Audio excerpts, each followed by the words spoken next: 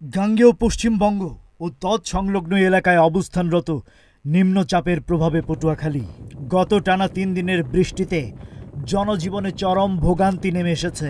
নিম্নচাপ অমাবস্যার জোয়ারের কারণে নদ নদীর পানির উচ্চতা 2 থেকে 3 ফুট বৃদ্ধি পেয়েছে। প্রতিনিয়ত 2 দফা জোয়ারে প্লাবিত হচ্ছে নিম্নাঞ্চল। এদিকে পটুয়াখালীর কুয়াকাটা সংলগ্ন বঙ্গোপসাগর বেশ উত্তাল রয়েছে। বড় বড় ঢেউ তীরে আছড়ে পড়ছে। নিম্নচাপের প্রভাবে উত্তর বঙ্গোপসাগরে বায়ুচাপের তারতম্যের আধিক্য বিরাজ করছে।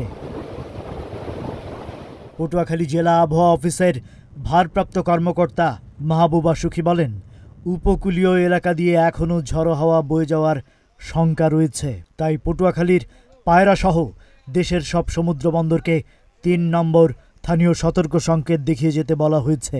মাছ ধরার ট্রলার সমূহকে নিরাপদ আশ্রয়ে থাকতে বলা হয়েছে। পটুয়াখালী প্রতিনিধি মনির হোসেনের পাঠানো তথ্যচিত্রে ডেস্ক রিপোর্ট।